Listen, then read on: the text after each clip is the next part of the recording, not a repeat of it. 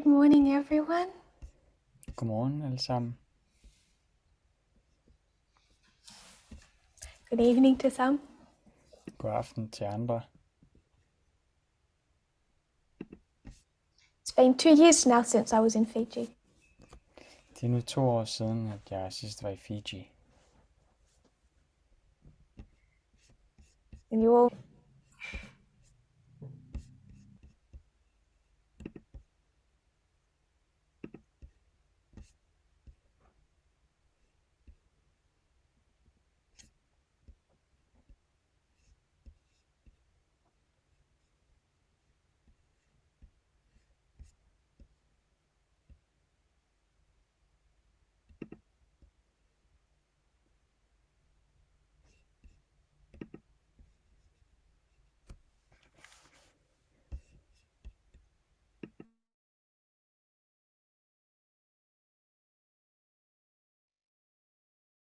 Okay.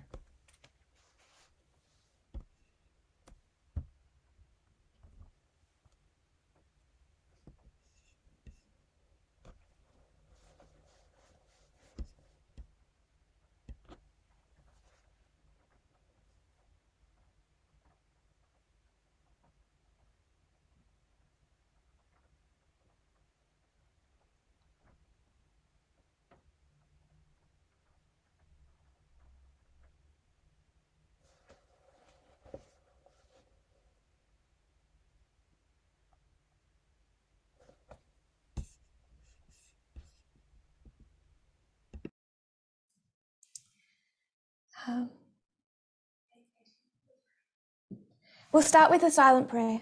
I know that was missed.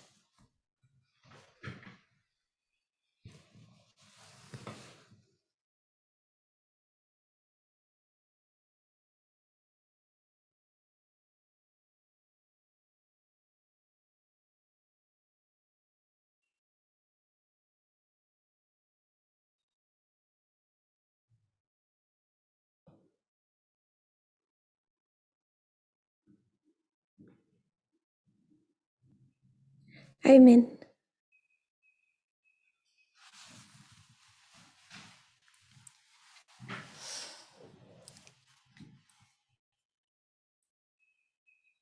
At the last camp meeting, we discussed feminism. We moved through the 3 main branches of feminism.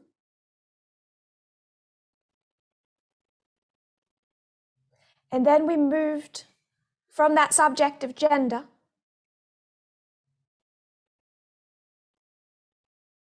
into a discussion on Ted Wilson's November sermon.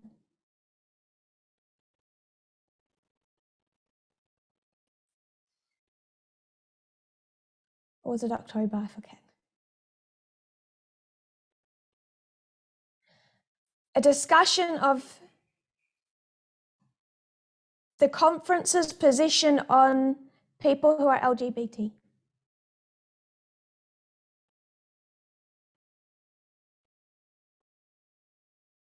So I wanted to give a few thoughts on the last camp meeting. And then we will continue where we left off.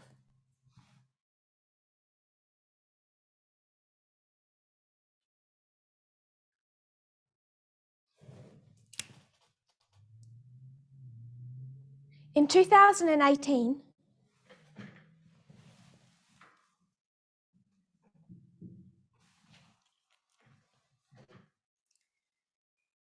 the message of equality was introduced to this movement.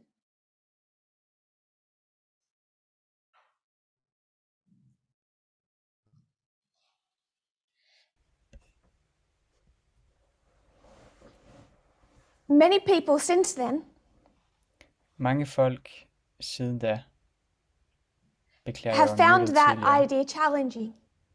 har fundet den idé udfordrende.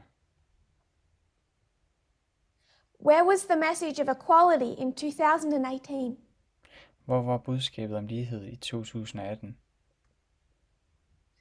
What was discussed in that year was 2 streams of information. Det, som blev diskuteret det var 2 informationsstrømme.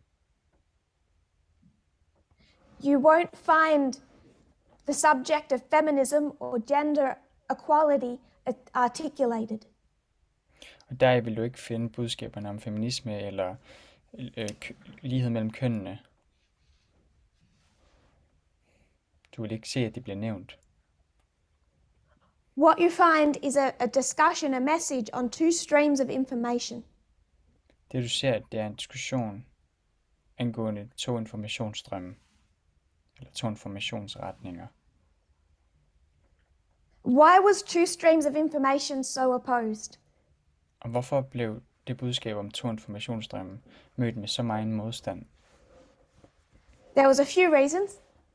Det var der nogle flere grunde til. It went against what people wanted. Det gik imod det, som folk ønskede. It was uncomfortable. Det var ubehageligt. It disagreed with their politics. Det var ikke i overensstemmelse med deres politik. They thought the evidence for it was small.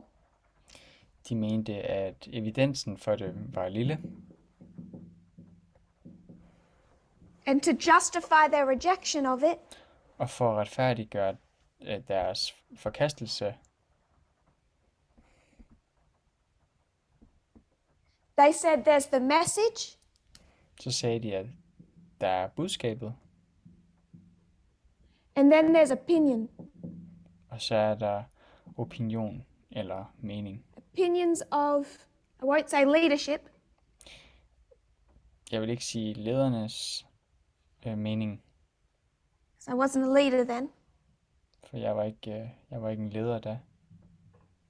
but opinions of European socialists. Men europæiske socialisters mening.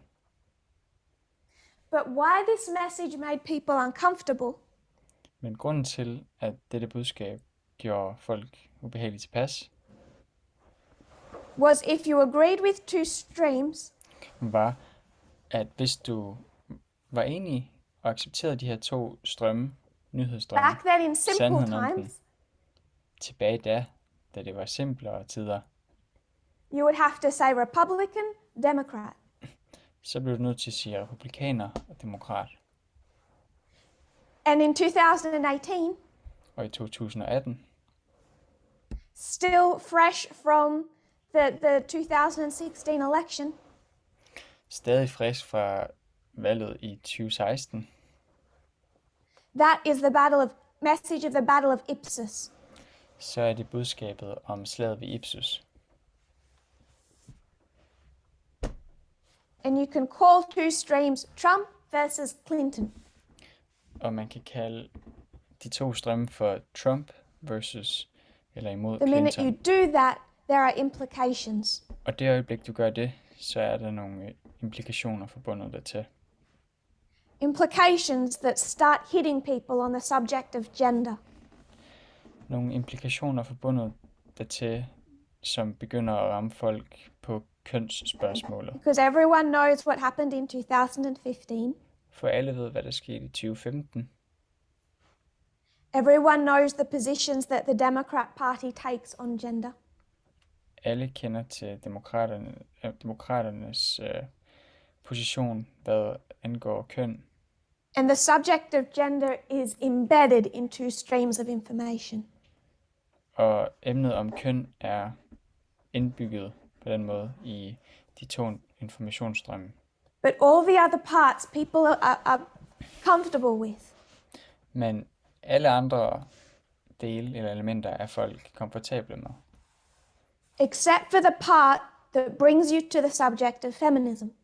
Udover den del, som fører dig til feminisme. Til feminismen. The problem is it is precisely the part that makes people uncomfortable Problemet er, at det er netop den del, som gør folk ubehageligt tilpas. if I was to be blunt, makes people angry. Om så skulle tale direkte, det som gør folk vrede.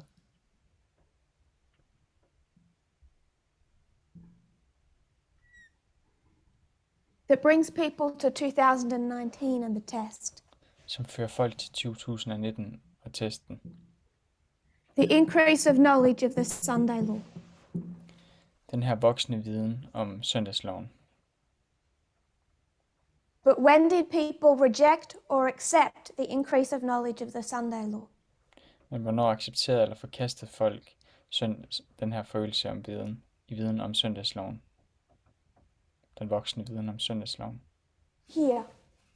Her, When it makes uncomfortable. når den gør folk utilpas. When it disagrees with people's position on their external worldview. Når det ikke stemmer overens med folks syn på eksterne begivenheder i verden.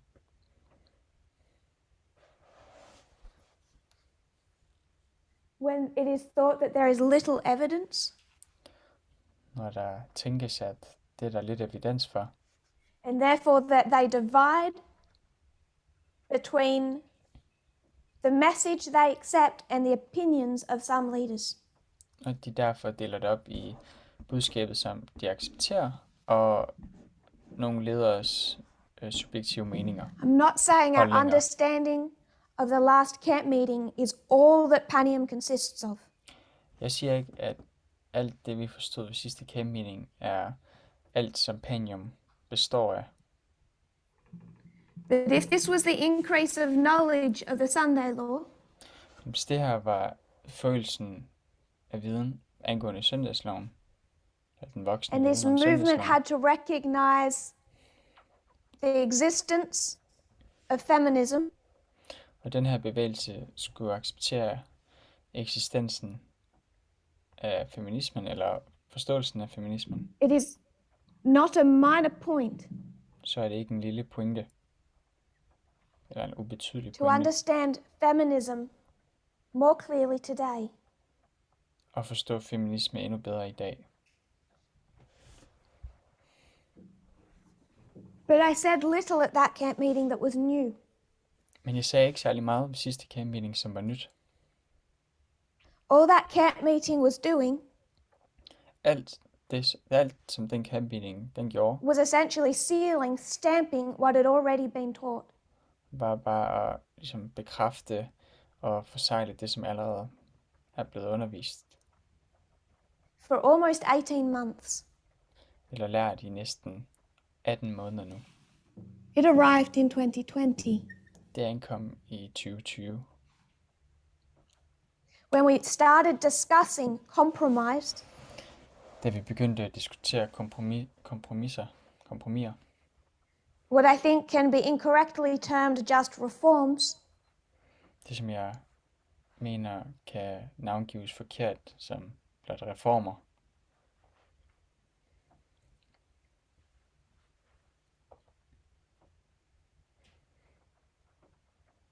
already discussing liberal versus radical feminism. Allerede diskuteret radikal feminisme i forhold til Understanding liberal radical feminism is not new. At forstå radikal feminisme og udforske det er ikke noget nyt. No more new than bringing in equality in 2019. Det er ikke nyere end at bringe lighed ind i billedet i 2019. The problem was all the people sitting on the fence Problemet var, at mange folk, som who thought this was sad new på hegnet, som tænkte, at det var nyt, because they thought they had the option of rejecting it. fordi at de troede, de havde muligheden for at forkaste. The same thing happened in Afviste. 2020 to 2021. Det samme skete i 2020 til 2021. What led to the increase of knowledge led to the formalization. Det, der førte til forøgelsen af viden, var også det, som førte til formaliseringen. But in 2020, we made people uncomfortable, we made people angry, Men i 2020, der gjorde vi folk ukomfortable, vi gjorde folk sure. it disagreed with their external worldview, Det gik imod deres eksterne verdensopfattelse, they thought there was little evidence, verdenssyn. De mente, der var lidt bevis for det. and instead of being European socialists, og i stedet for at være europæiske socialister, because this was not understood or accepted, fordi det ikke blev forstået eller accepteret, we were seen as conservative Adventists. så blev I set som konservative adventister. I hope you can see now Jeg håber, du kan se nu, the position we took in 2020 and take now at det standpunkt, vi tog i 2020, og som vi tager i dag, has never been based on conservatism. at det aldrig har bygget på konservativisme. This is not conservatism. Det her, det er ikke konservativisme. It is combining what God expects of a people Det kombinerer det, som Gud han forventer af et folk, who were bought with a price, som blev købt med en pris, who are not allowed to live for themselves, som ikke har lov til at leve for sig selv. and true feminism, true radical feminism, Og sand, radikal feminisme. and equality without compromise. Og lighed uden kompromis. The problem Problem is by the time it's spelled out, er, at på det tidspunkt, at det it's too kommer til late. udtryk, så er det for sent. We should all remember the failure this movement made of 2012. Vi bør alle huske at den her bevægelses fejl, som den gjorde i Shouldn't say 2012. this movement, Jeg bør ikke sige den her bevægelse, because Elder Parminder carried that truth all the way through. for Parminder han bar den her sandhed hele vejen igennem. But the people that thought there was little evidence, Men i stedet for de folk, som mente, at der var lidt evidens, for lidt evidens. by the time we arrive in 2021 Ved tidspunktet, hvor vi ankommer til 2021, and we look back at 2014, og vi ser tilbage på 2014, shining in all its glory, som det skinner i al dets herlighed. for too many of the people we love, it's too late. For mange af de mennesker, som vi holder af og elsker, er det for sent. You can't afford to divide the message to what suits and what does not. Man har ikke råd til at dele budskabet op i det, der passer ind, og det, der ikke gør.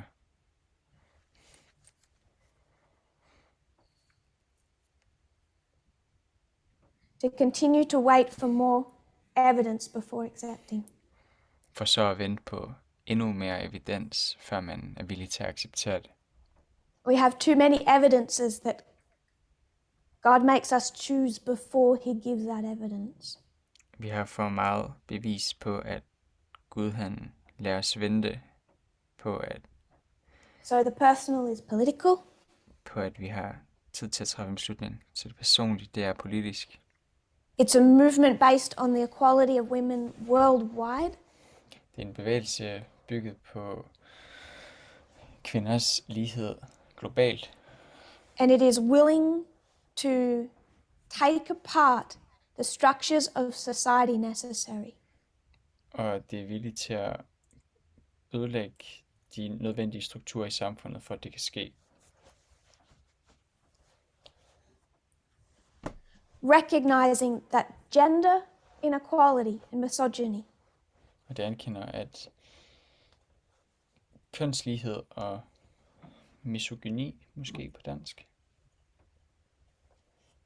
is the original sin, er den oprindelige synd, the original inequality den oprindelige ulighed, from which others have learnt and stemmed. hvorfra andre har udviklet sig I og hope as we look back, kommet fra. Jeg håber, at når vi ser tilbage, we can find it encouraging to see the consistent way God has led. at vi så kan se den vedholdende måde, som Gud han har ledt. I want to make one warning. Jeg vil gerne komme med en advarsel. If you had to be careful with your sources to come to understand feminism, Hvis du skulle være forsigtig med din tab i forhold til at forstå feminisme, if you have to be If you're to be careful with your sources to understand feminism, Hvis du skal være forsigtig med dine kilder for at forstå feminisme, rettelse, you need to be very careful with your sources to understand radical feminism.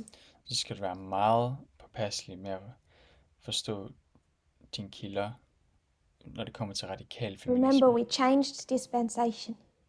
Husk på, at vi har gået til en ny dispensation. It got harder. Det er blevet sværere. So at the last camp, we discussed feminism. Så ved den sidste camp meeting, der diskuterede vi feminisme. All these things relate to the time period we are now in. Alle de her ting relaterer sig til den tidsperiode, vi nu er i. The end of 2021. Slutningen på 2021. And one of the most sad events at this point in our reform line Og en af de mest triste begivenheder på det her tidspunkt i vores reformlinje, is watching Adventism set its course for shipwreck. det er at se adventismen sætte kursen mod skibsvrag eller skibsforlis. Ted Wilson, his October sermon. Ted Wilson, hans oktoberprædiken. In the midst of all his other points, he makes two. Blandt alle sine forskellige pointer kommer han med to. LGBT people are sinful aberrations from the Word of God. LGBT mennesker er syndfulde aberrations fra Guds ord. Afvigelser fra Guds ord. Undskyld. I want to give the definition of an aberration. Jeg vil gerne give definition på en afvigelse. På det her engelske ord, aberration.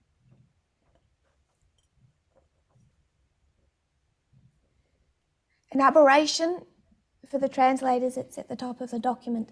Aberration, the act of wandering from the right way, deviation from truth or moral rectitude, deviation from a straight line. Afvigelse, det er at afvige fra den rette vej. Afvigelse fra sandhed eller moralsk korrekthed. Afvigelse fra en lige linje. Definition på det engelske ord aberration. I did not know the meaning of the word aberration when I used it, so I thought I should look it up. Jeg forstod ikke ordet aberration, da jeg brugte det, så jeg tænkte, jeg måtte hellere slå det op. That's for anyone like me. Så det er for, So they're for alle dem, som er deviating ligesom mig. from the right way. Så de her LGBT-personer, de afviger altså fra den lige vej, Ted fra den Wilson rette would vej, say is a man and a woman. som Ted Wilson vil sige er en mand og en kvinde. He also makes another point in that sermon. Han kommer også med en anden pointe i den prædiken. He says, anyone who says there is no Sunday law, Sabbath, Sunday controversy, Han siger så enhver, der siger, at der ikke er nogen sabbat, søndags strid i is a forhold false til prophet. søndagsloven, Don't listen to them. er en falsk profet. Ikke hør på dem. So now you have it. Så nu har du det. Nu har vi det. Who do you want to believe? Hvem vælger du at tro på? Us or the conference? Os eller konferencen? I don't think we've ever so clearly disagreed on the Sunday law. Jeg tror aldrig, vi så tydeligt har været uenige med hensyn til søndagsloven. We disagree on what the Sunday law will be about. Vi er uenige om, hvad søndagsloven vil handle om. And we disagree on the position we'll take on that conflict. Og vi er uenige i det standpunkt, vi vil tage i den konflikt.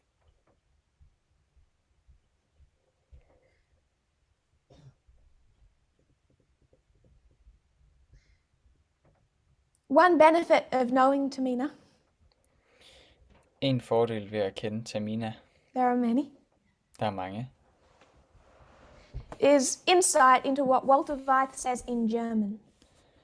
er indsigt i, hvad Walter Faith han siger på tysk. I Some of his Tyskland. latest material being, I think, only in German. Og noget af hans seneste materiale er vist kun tilgængeligt på tysk. I've spoken about Walter Weiss a number of times, Jeg har talt om Walter Faith mange gange, but I think what can trip up some people men jeg tror, at det, som kan være svært for nogen at is that forstå, Walter Weiss is not the conference. det er, at Walter Faith han er ikke en del af 7. dags Adventistkirkens officielle struktur. In many konferencen. ways, the conference doesn't seem to like him. På mange måder virker det til, at konferencen ikke synes om ham.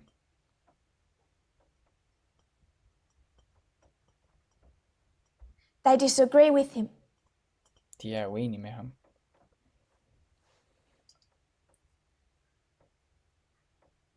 My argument to that Mit argument i forhold til det er, is when you look a little deeper, at når du kigger en lille smule dybere, Walter Weiss just gives voice to the ultimate conclusions. så lægger han blot stemme til de ultimative eller de endelige konklusioner. But the point that we pulled from Ted Wilson's sermon Men pointen, som vi udtræk fra Ted Wilsons prædiken, was that he didn't just say that these issues of gender are aberrations, var, at han ikke blot sagde, at de her emner i forhold til køn var afvigelser. De var ikke blot afvigelser. he said that they're Babylon. Han sagde, at de er Babylon. And this is where I believe that you find the conference and Walter Weiss meeting. Og her er det, at jeg ser, at Walter Faith og konferencen, de mødes.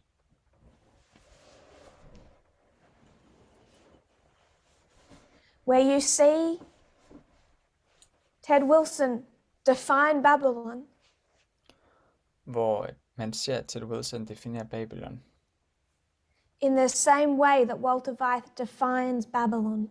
på samme måde som Walter Faith definerer Babylon. So we came from discussing radical feminism, Så vi kom fra at diskutere radikal feminisme, which is timely considering the time we are in now, som er meget passende i forhold til den tid, vi er i nu, to recent statements coming from the height of the conference leadership, til seneste udtalelser fra toppen af konferencens ledelse on all that relates to gender, på alt, som vedrører køn og kønsspørgsmål. and it felt fitting in all that context to start asking what is Babylon. Og det føltes rigtigt i al den kontekst at begynde at stille spørgsmål om, hvad er Babylon? Because that is where we approach gender differently. For det er der, hvor vi er uenige i forhold til køn. We disagree with the Kønsspørgsmålet. conference because we define Babylon differently to them. Vi er uenige med konferencen, da vi definerer Babylon anderledes end dem. So I had hoped to go into the Omega history of modern Babylon, Jeg havde håbet at kunne udforske Babylons omega-historie, we're only going to do the alpha at this camp meeting. men vi kommer kun til at udforske alfa-historien, So as not to rush. for ikke at skynde os alt for meget. But as you might expect, Men som I nok kunne forvente, we want to look at it clearly through inspiration and history. så ønsker vi at forstå det klart gennem inspirationen og Not through Historien. conspiracy theories, ikke gennem konspirationsteorier,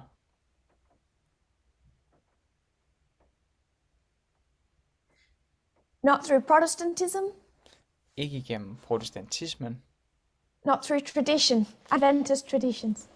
og ikke igennem adventistiske eller Come from adventismens Protestantism. traditioner, som kommer fra protestantismen. Let's look at it as a structure.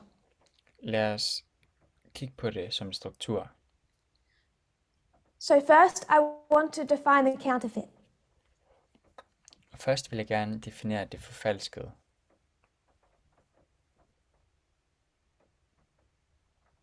Some of this is a revision of what was done at the Uganda school. Noget af det her er en gentagelse eller en opsummering af det, som vi lærte i Uganda. I'm going to quote from 2 Red, Redemption. Jeg kommer til at citere fra 2 Redemption, står det for. Så Redemption på engelsk, 2. bind, 21.3. side 21, And paragraf 3. we want to first define the counterfeit. Vi ønsker først at definere det forfalskede, counterfeit på engelsk. We're going to move through some things that have already been taught really quickly.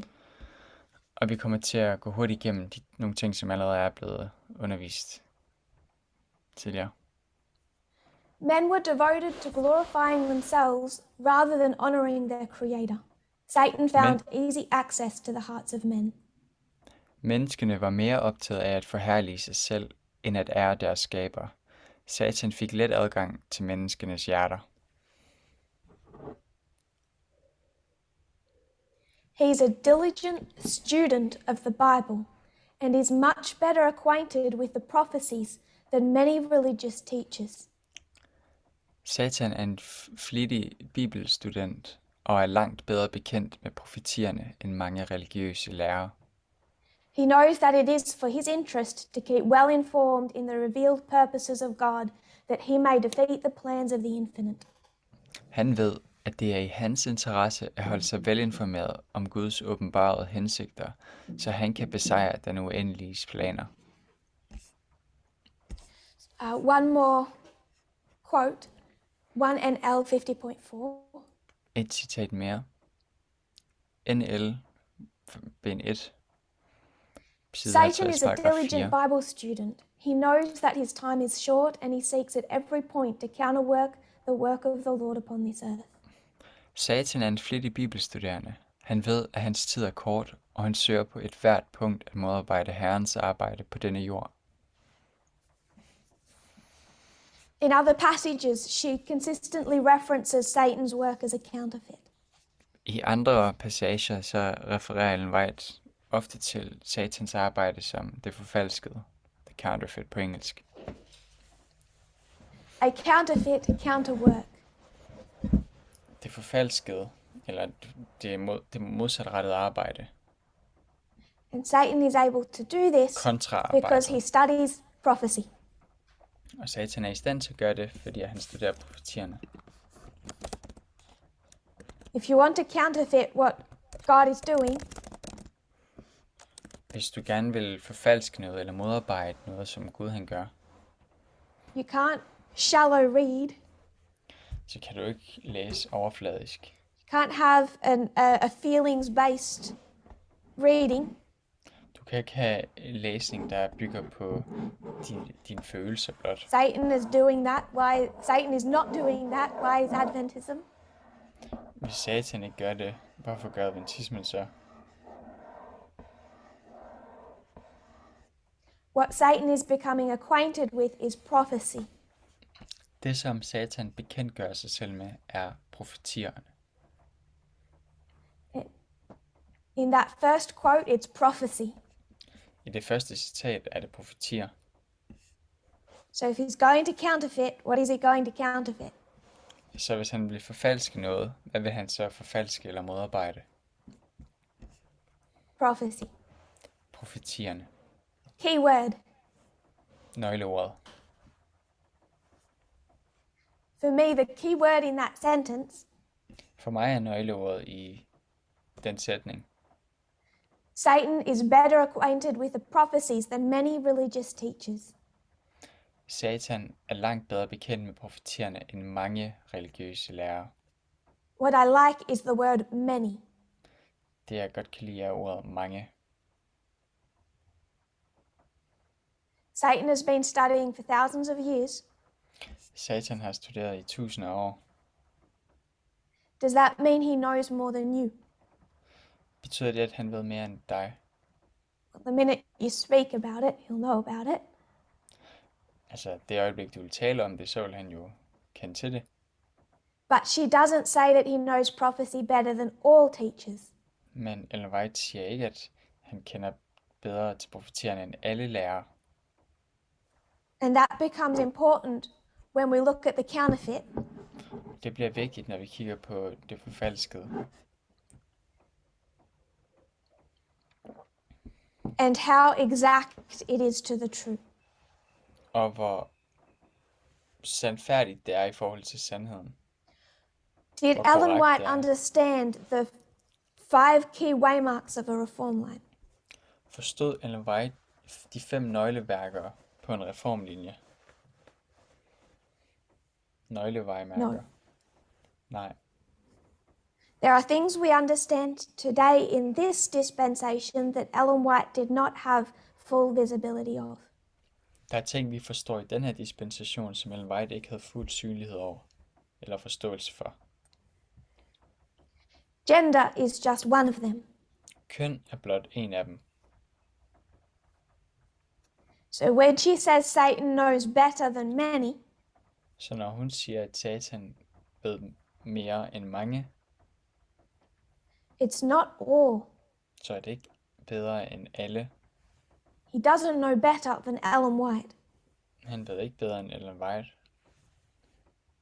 He didn't know better than William Miller, Han vidste ikke bedre end William Miller, but he knows better than many men han ved bedre end mange, who don't love Bible study and prophecy. som ikke elsker bibelstudie og profeti. Bible study with rules. Bibelstudie baseret på regler. William Miller's rules. Millers regler. So when we go and look at the alpha history of modern Babylon, Så når vi gerne vil undersøge og forstå alfahistorien beginning in i det moderne 1899, Babylon, som begynder i 1899, and this is 16 years before Ellen White passes away. og det her er 16 år før Ellen White, Ellen White is still Abort. alive and active. Ellen White er stadig i live og aktiv, And as Satan works events in Europe, og i takt med at Satan han arbejder med he begivenheder i knows Europa, less than Ellen White does. så ved han mindre end Ellen White hun gør. Someone's screen sharing. Der er nogen, der deler skærm. So we need to keep that in mind. Så det har vi brug for at have i mente. We're going to come back to that point. Den pointe kommer vi tilbage til. To counterfeit means to forge, copy, or imitate without authority or right, with a view to deceive or defraud by passing the copy or thing forged for that which is original or genuine. At forfalske vil sige at kopiere eller efterligne, uden bemyndigelse eller ret, og med henblik på at bedrage eller snyde, ved at lade kopien eller den forfalskede ting være original eller ægte.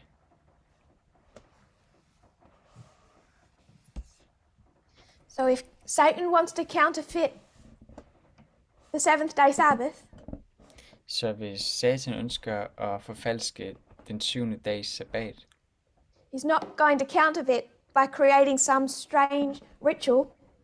så vil han ikke forfalske det ved at skabe et eller andet underligt ritual, Disconnected from a day of worship. uforbundet med tilbedelsesdagen.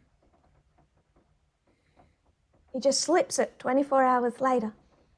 Han skubber den bare 24 timer senere.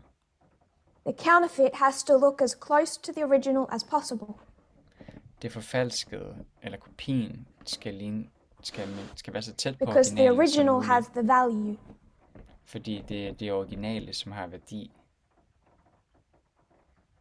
Just going back to what we said at the beginning. Vi vender retur til det, vi sagde i begyndelsen.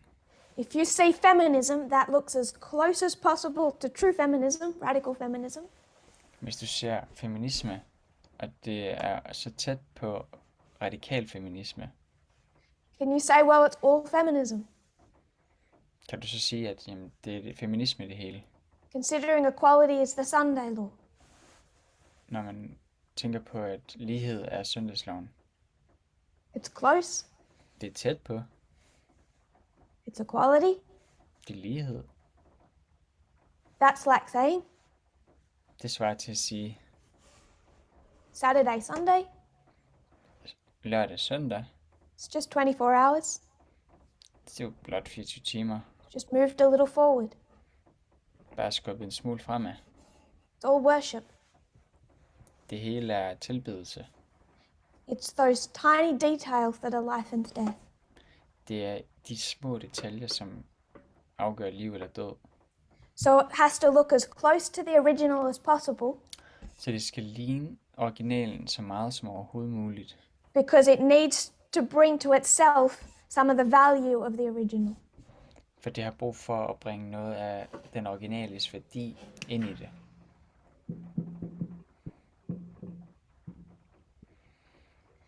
So the appearance Så udseendet has to look as much as to the true skal være så tæt på sandheden, eller på originalen, so it can steal from the true.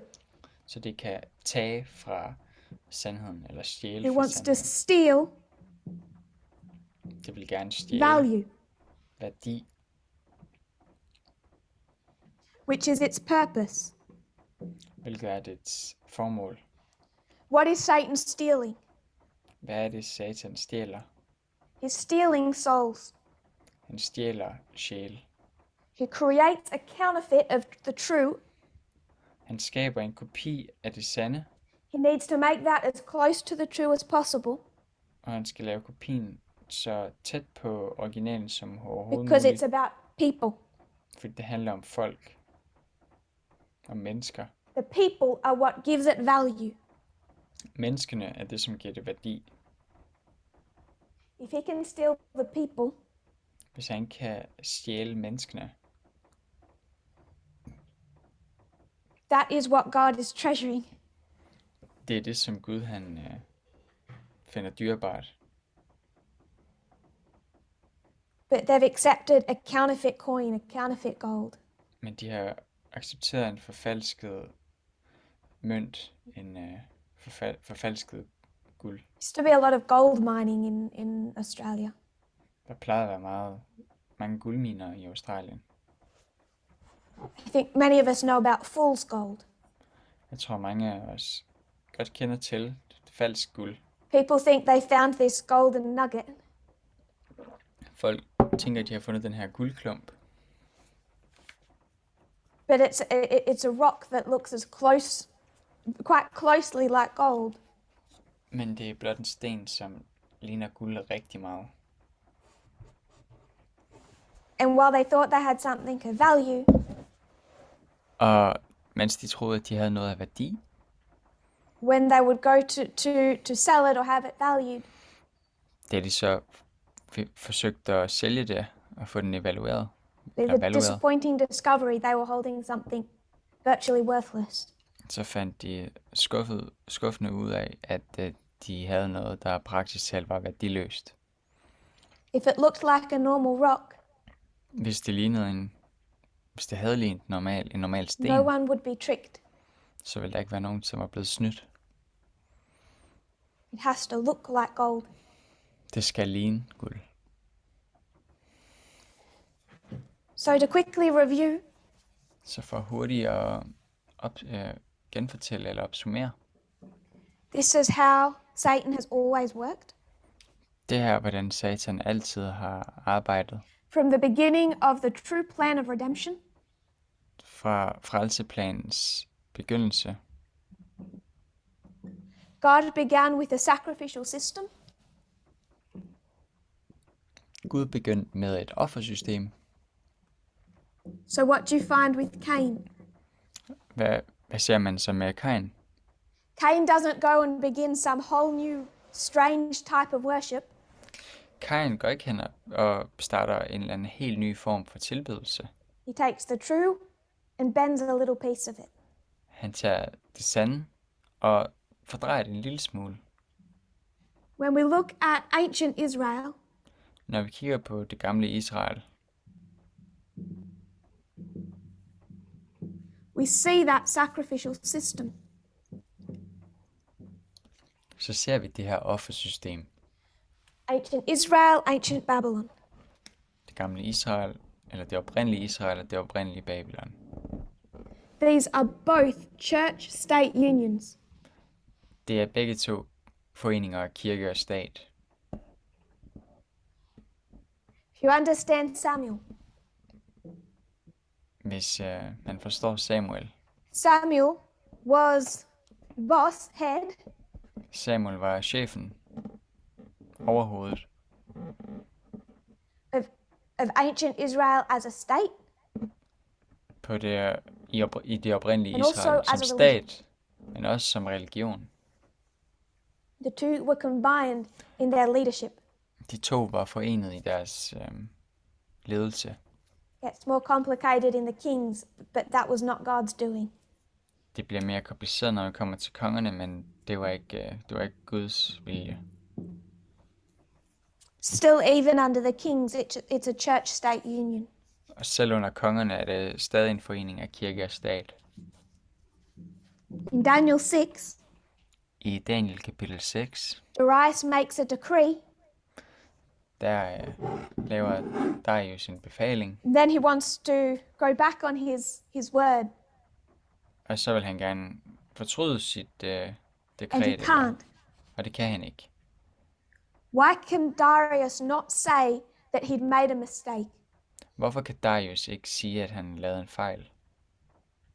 Because he's Fordi- Apis bull. Han er Apis bull, eller Apis kalven. A particular counterfeit version En særlig forfalsket version of church and state. af kirke og stat. He's a God king, Han er en guddommelig konge, and a God can't make a mistake. og en gud laver ikke fejl. Ancient Israel, ancient Babylon. Det oprindelige Israel og oprindelige Babylon. Both had temples. De havde begge Priesthoods. to templer, præsteskaber. This was paganism. Det her var hedenskab.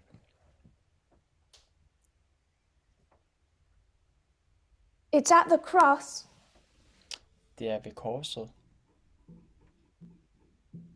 that we find this transformed. at vi ser det her ændre sig.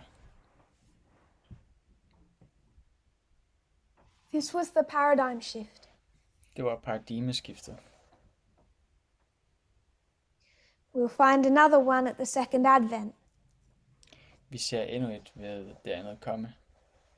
But the great change in the history of the world happened at the first advent. Men den store forandring i verden skete ved det første komme.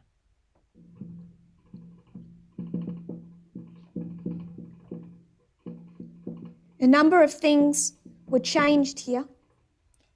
Flere ting blev forandret her. Jesus separated church from state. Jesus adskilte kirke og stat.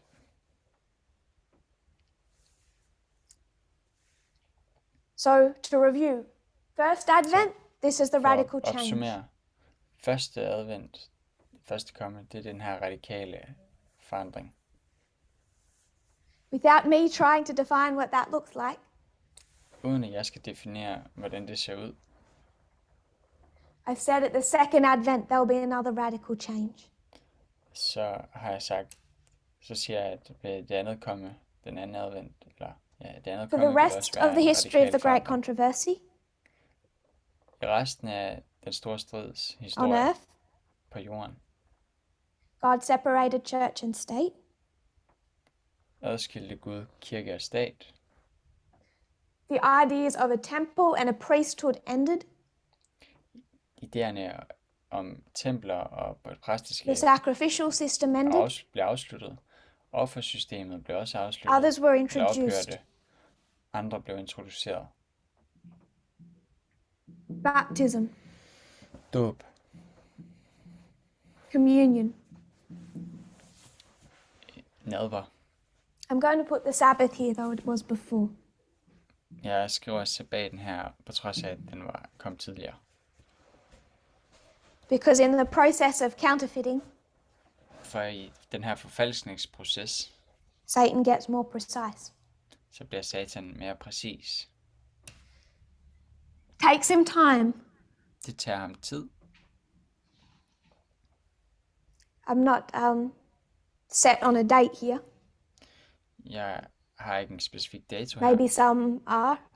That's Måske okay. nogen, der er. But you could mark 508 or 538.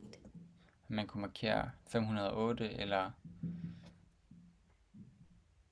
en anden In dato. 508, Clovis was baptized. I 508, der blev den franske Clovis døbt, And the papal church had its first king. og den pavelige kirke havde Its first state. dens første konge, dens første stat. Church and state were separated. Kirke og stat blev separeret, adskilt. And then what they did Det, som de så gjorde, was have the church exert pressure on the state. det var at få kirken til at presse staten.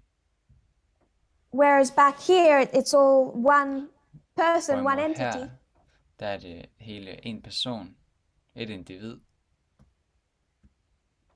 One person, one entity. en person, et individ. Can we see the church state is different between the true and the counterfeit? Kan vi godt se, at det her kirke og stat, det er forskelligt fra det sande, originalen og kopien. God splits them, Gud adskiller dem, but with the counterfeit, they are split. men i kopien, eller det forfalskede, der er de adskilt, And then they work together. og så samarbejder de. So again, the counterfeit is not the same as the true, exact same. Så igen, det falske er ikke det samme som det sande. If it was the exact same, it would have to have the same value. Hvis det var præcis det samme, så skulle det have samme værdi.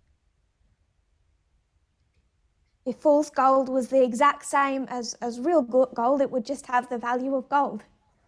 Hvis falsk guld havde samme værdi som var rigtig guld, så ville det have samme værdi. The lack of value is because of that tiny difference. Men grunden til, at det mangler værdi, er på grund af den lille forskel. We see that combination of church and state Vi ser den her sammenslutning af kirke og stat for the 1290 years after 508, i de 1290 år efter 508, leading up to 1798. som fører op frem til 1798. The same time, the counterfeit has a deadly wound. Det samme tidspunkt, hvor kopien det modtager et dødeligt sår, The true starts to rise again. så begynder det sande at stige op igen. But papalism is just a counterfeit of the early church. Men det her pavesystem er egentlig bare en kopi af den oprindelige kirke. The way paganism was a counterfeit of the sacrificial system God introduced. På samme måde som hedenskab var en kopi af offersystemet, som Gud han havde introduceret.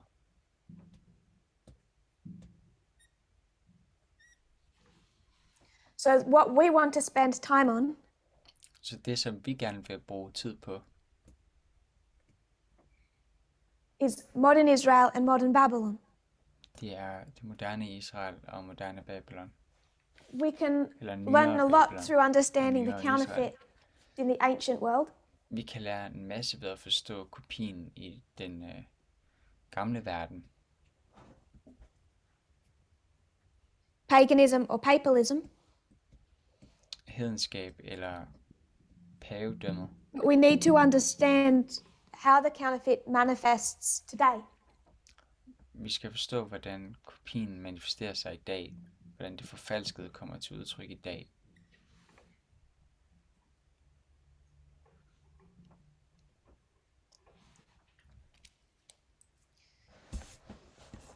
So,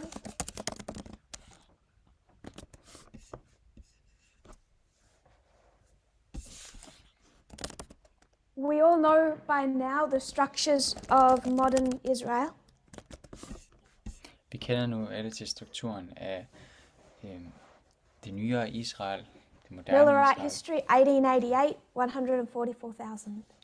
Milleriternes historie, 1888, de 144.000. And what I want to spend the rest of this camp meeting on Og det, som jeg gerne vil bruge resten af den her camp meeting på, is looking at the counterfeit of Millerite history. det er at kigge på det forfalskede i milleriternes historie. That if that's the true, Hvis det er det sande, somewhere over here, et eller andet sted her, Millerite history will begin to be counterfeited. så vil milleriternes historie begynde at blive forfalsket. Kopieret. And I've marked that Og jeg har markeret det as beginning in 1899. som at begynde i 1899. So, Satan studies prophecy. Så Satan studerer profeti. He knows better than most. Han ved mere end de fleste. He didn't know better than Ellen White, Han vidste ikke bedre end Ellen White, except that he read everything she wrote. på trods af at han læste alt, hvad He hun couldn't get skrev. inside her mind. Han kunne ikke komme ind i hendes sind, So he knew well. så han vidste meget. Modern Israel rises up in 1798. Det nyere Israel, moderne Israel, stiger op i We can go 1798. back now with our understanding of reform lines Vi kan gå tilbage med vores forståelse af reformlinjer, and we can start laying over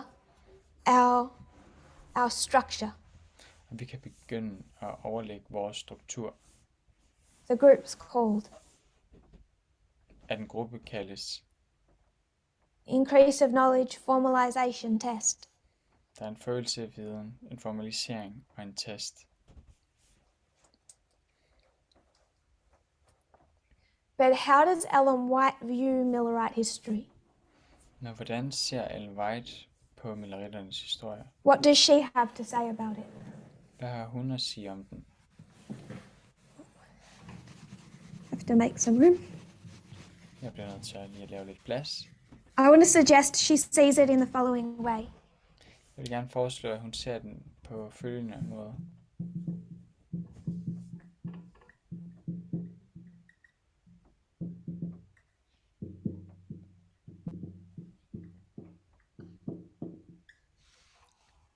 What Ellen White discusses Det, som Ellen White diskuterer, is times of scattering and times of gathering.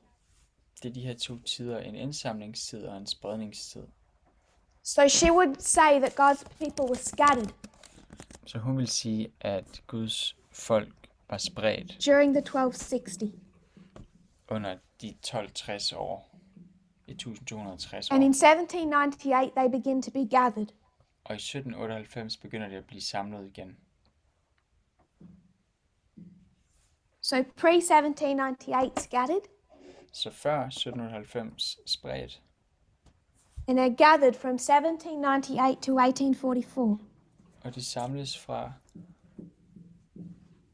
1798 til So 1844. this Så det her, is a gathering time. det er en indsamlingstid. Eller She then says samlingstid. from 1844 to 1850, Hun siger der, at fra 1844 til 1850, they are again scattered. så spredes de igen. But beginning in 1850 Men i 1850 to 1863, til 1863, there is a gathering, der er der en indsamling, but it's limited men den er begrænset because of the Laodicean condition. på grund af deres laodikeiske tilstand. 1863, 1863, we recognize they're again scattered. der ser vi, at de igen er spredt. So we could then go to 1888, Vi kunne så også gå til 1888, and then we would go to 1989. og så ville vi gå til 1989. But this is the alpha history. Men det her er alfa-historien. 1888 is coming in another attempt, but this is the alpha. 1888 skal nok komme senere hen, men det her det er alfa. So when Satan is going to counterfeit in 1899, Så når Satan har tænkt sig at kopiere og forfalske i 1899, through the history of two world wars, igennem de to verdenskrigs historier, it's not going to be based on a reform line as we only understood in 2019. så vil det ikke være udelukkende baseret på reformlinjer, som vi forstod det i 2019. It's going to be based on what Ellen White understood and wrote about 150 years earlier. Det vil blive bygget og baseret på det, som Ellen White forstod og skrev ned 150 år tidligere. And it's this template of scatterings and gatherings we find in modern Babylon. Og det er den her skabelon af indsamlinger og spredninger, vi finder i Babylon.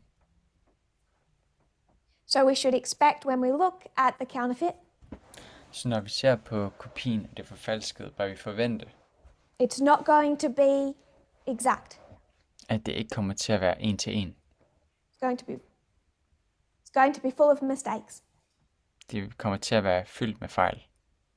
So the true is scattered over the 1260 years. Så det sande, det spredes ud over 1290 år. It's 101 years between 1798 and 1899. Der er 101 år mellem 1798 og 1899. And what the papacy suffered in that time period over a century Og det som pavedømmet, det led eller tabt i løbet af den tid, it wasn't Oh, all det var done in 100. 1798. alt det skete ikke i 1798. Right through the 1860s, Op igennem 1860'erne, quoting, they had Jeg citerer. 15,000 square miles of what was central Italy with thousands of subjects. They levied taxes and paid for this lavish lifestyle with 700 servants and a big and growing bureaucracy around them. Then in 1870, Italy's nationalists have a revolution. They throw the Pope out, they get rid of the Papal States. The Vatican goes from being an empire, an earthly empire, to a little postage stamp size of property called Vatican City. de havde 15.000 kvadratkilometer af det, der var det centrale Italien, med tusindvis af undersåtter. De opkrævede skatter og betalte for denne overdådige livsstil, med 700 tjenere og et stort voksende bureaukrati omkring dem. Så i 1870 laver Italiens nationalister en revolution. De smed paven ud, de skaffede sig af med pavestaterne, og Vatikanet går fra at være et imperium, et jordisk imperium, til en lille ejendom på størrelse med et frimærke kaldet Vatikanstaten.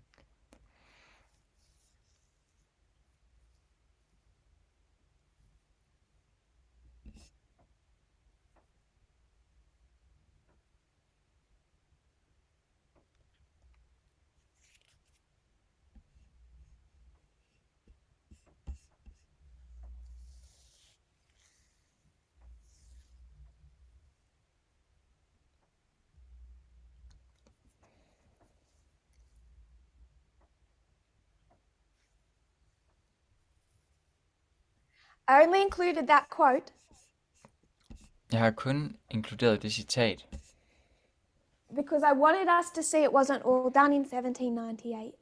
For at vise os, at det hele blev ikke fjernet og forsvandt i 1798. They might argue that 1870 was worse for the papacy than 1798. De vil måske argumentere for, at 1798 var værre for pavedømmet end 1899. It's 101 years of crushing disaster. Det er 101 år fyldt med smertende nederlag. We all know that 30 years after 1899, Vi ved alle, at 30 år efter 1899, papacy is on the rise. så er pavedømmet begyndt at vokse. We know of the Lateran Treaty. Vi kender til det her, der på engelsk hedder The Lateran Treaty. But the Lateran Treaty didn't have it happen in a vacuum. Men det her traktat blev ikke The Lateran skabt i et Treaty is vakuum. one part of a bigger gathering. Lateran-traktaten er en del af en større indsamling. And it's that larger story we want to see. Og det er den her større historie, som vi ønsker at se. To understand why, after 101 years of crushing, For at forstå, hvorfor efter 100 års nederlag og ødelæggelse, suddenly the papacy is having success after success working with fascism. at så har pavedømmet lige pludselig succes efter succes ved at samarbejde med fascismen. That larger story of their rise that we're going to discuss tomorrow. Den her større historie om deres opstigning, som vi vil diskutere i morgen. So to review, Så for at opsummere. we disagree with two men Vi er uenige med to mænd, who symbolize spectrum of Adventism. som repræsenterer spektrummet i adventismen, Of Adventist leadership. som repræsenterer spektrummet i adventismens ledelse. Ted Wilson and Walter Veith. Ted Wilson og Walter Faith. What we disagree with Det, som vi er uenige i, is how they define what Babylon is. det er, hvordan de definerer, hvad Babylon er In 2021. i 2021. So we are going to look at modern Babylon.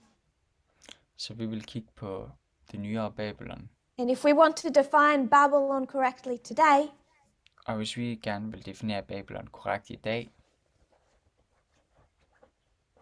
we should understand them from when they rose up. så bør vi forstå dem helt fra, da de begyndte at stige op og komme So fra. we know precisely where we disagree with Adventism. Så vi ved præcist, hvor vi er uenige med adventismen. And in that context is a warning Og i den sammenhæng er der en advarsel, that where we choose to divide the message into what suits and what does not, i forhold til, hvor vi vælger at opdele budskabet i, hvad der passer og hvad der ikke passer. Hvad vi tager til os og hvad vi ikke gør. how much of that is an acceptance of a counterfeit? Hvor meget af det er en accept af kopien og det Because forfalskede. the value difference between a true and a counterfeit Fordi værdiforskellen mellem det sande og det falske is in the fine detail. er i de fine detaljer. And when we let go of the fine detail, Og når vi giver slip på de her fine detaljer, that's called a compromise. så er det et kompromis. If you kneel with me, we'll close in prayer. Hvis I knæler med mig, vil jeg lukke i bøn. Kan vi lukke i bøn? Afslutte i bøn. Dear Lord, Kære Herre, thank you for how you have led your people tak for, hvordan du har ledt dit folk. all the way from Eden. Hele vejen fra Eden. Thank you that we can meet together. Tak for, at vi kan mødes sammen. As we still gather in the upper room, Tak med, at vi stadig samles i det I øvre pray that you rum. will unite us. Beder, at du må samle os, forene os, As Tamina taught, not on feeling. som Tamina lærte os, ikke i følelse. May we be united on truth, Må vi være forenet i sandhed, bound together bundet sammen with a love for souls, med en kærlighed for andre sjæle, a desire to save others, et ønske om at frelse the andre, sacrificial love en selvopofrende kærlighed, that you demonstrated on earth, som du demonstrerede på jorden, that we might be fishers of people. at vi må blive menneskefiskere, Beginning with a good example. og begynde med et godt eksempel. I pray this in Jesus' name. I Jesu navn. Amen. Amen.